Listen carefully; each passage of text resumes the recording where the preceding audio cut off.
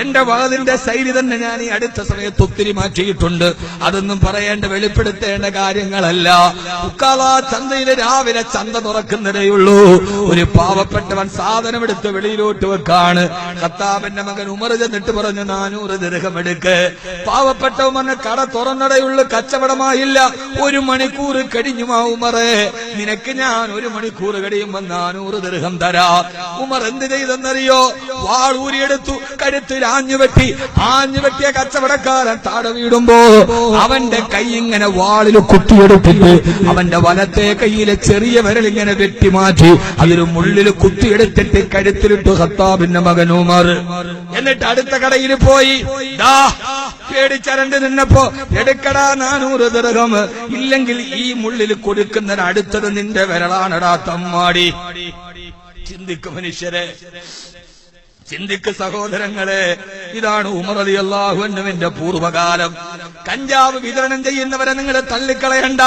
ലഹരി കൊടുക്കുന്നവരുടെ അടുക്കൽ പോയിട്ട് നിങ്ങൾ ദഅവത്ത് ചെയ്യണം. ഏത് വലിയ ലഹരിക്കാരൻ ലോകത്ത് മാറിയിട്ടുണ്ട്. അയാൾ പോയി 400 ദിർഹം എടുത്ത് കയ്യിൽ കൊടുത്തു. ഇതാണ് ഖത്താബിന്റെ മകൻ ഉമർ. 1 മണിക്കൂർ തന്നിട്ട് തരാമെന്ന് പറഞ്ഞവന്റെ വിരലെടുത്ത് വെട്ടിയെടുത്തിട്ട് കഴുത്തിലിട്ട് നടന്ന ഉമറല്ലേ. സുബഹി നിസ്കാരത്തിന് കൈകെട്ടിയപ്പോഴാണ് അബൂലുലുവ ഇരട്ട തലയുള്ള കതാര കൊണ്ട് കുത്തിയത്. നടുക്കിൽ ഇങ്ങനെ പിടിച്ചു, 2 സൈഡിനും മൂർച്ചയാണ്. നിസ്കരിക്കുന്ന ഉമറിന്റെ വയറ്റിലേക്ക് ആഞ്ഞുകുത്തി. കുട്ടൽമാല വെളിയിലോട്ട് ചാടി. ഉമർ റളിയല്ലാഹു തആല ഓതല് നിർത്തിയില്ല, നിസ്കാരത്തിലാണ്.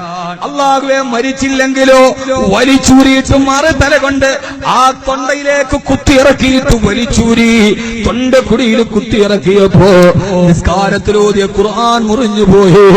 ഉമർ റളിയല്ലാഹു തആല ബോധരഹിതനായി താഴോട്ട് വീണു.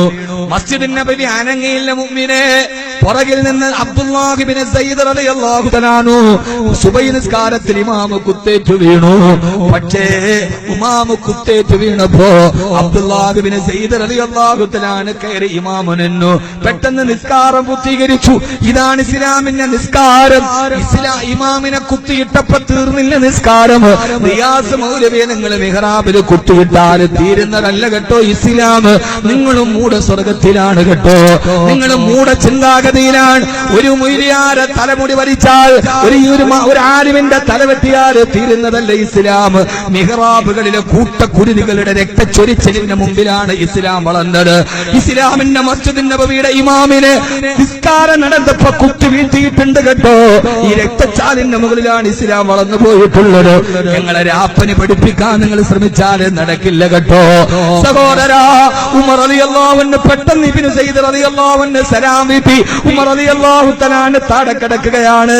വാരിയെടുത്തു അബ്ദുല്ലാഹിബ്നു ഉമർ എന്ന പൊന്നുമോ നിസ്കരിക്കാനുണ്ട് ഉപ്പാടെ മോൻ. ഓടി വന്ന് വാരിയെടുത്ത് മടിയിലേക്ക് വെച്ചു. ഉപ്പാ ബോധരഹിതനാണ്. എഴുന്നേറ്റ് ഉപ്പാ. കണ്ണു തുറന്നപ്പോ മോനെ അബ്ദുല്ലാ, എന്തേ ഉപ്പാ? സുബഹിയുടെ സമയം കഴിഞ്ഞു. ഇല്ല ഉപ്പാ. എന്തേ ഉപ്പാ? ഞാൻ സുബഹിയുടെ 1ാമത്തെ റക്അത്തിലാണ് കുത്തേറ്റ് വീണത്. എന്റെ സുബഹി ഇന്ന് കളാകുന്നതിന് മുമ്പ് എനിക്ക് സുബഹി നിസ്കരിക്കണം. കുടൽമാല ഇടത്തെ കൈ കൊണ്ട് ചേർത്ത് പിടിച്ച് വലത്തെ കൈ നീട്ടിയിട്ട് പറഞ്ഞ അബ്ദുല്ലാ, ഉപ്പാനെ ഒന്ന് വധു എടുപ്പിക്ക്. ഇടത്തെ കൈ കൊണ്ട് കുടൽമാല ചേർത്ത് പിടിച്ചു. വലത്തെ കൈ കുത്തി എഴുന്നേക്കാൻ പോയപ്പോ ഉമർ റളിയല്ലാഹു തആല തളർന്നു വീണില്ലേ. പൊന്നുമോനെ, കുത്തേറ്റ് പിടയുമ്പോൾ സുബഹി കളാകുമോ നോത്ത് വിലപിച്ച ഉമറിനെ ഉക്കാല ചന്തയിലെ ഗുണ്ടാ സംഘത്തലവിൽ നിന്ന് ഉമറിനെ സൃഷ്ടിച്ചതാരാ? ത്വാഹ മാ അൻസൽനാ അലൈക്കൽ ഖുർആന ലിതശ്ഖാ. ഈ 2 ഉമറിനെ മാറ്റിയത്. അതുകൊണ്ട് കഞ്ചാവിന് അടിമപ്പെട്ടവര്, മദ്യത്തിന് അടിമപ്പെട്ടവര് മഹല്ല് ജമാഅത്ത് കമ്മിറ്റി ഖത്തീബിന്റെ നേതൃത്വത്തിൽ ഇറങ്ങണം. നാട്ടിലെ സുമനസ്സുള്ള ചെറുപ്പക്കാര് നേതൃത്വം കൊടുക്കണം. എന്നിട്ട് ഇൻഷാ അല്ലാഹ് ഖുർആന്റെ വെളിച്ചം ഇവർക്കൊരു 3 വർഷം പറഞ്ഞു കൊടുത്താൽ നമ്മുടെ മഹല്ലില് 100% മുഅ്മിനീങ്ങളെ നമുക്ക് സൃഷ്ടിക്കാൻ കഴിയും. അല്ലാഹു തൗഫീഖ് നൽകട്ടെ.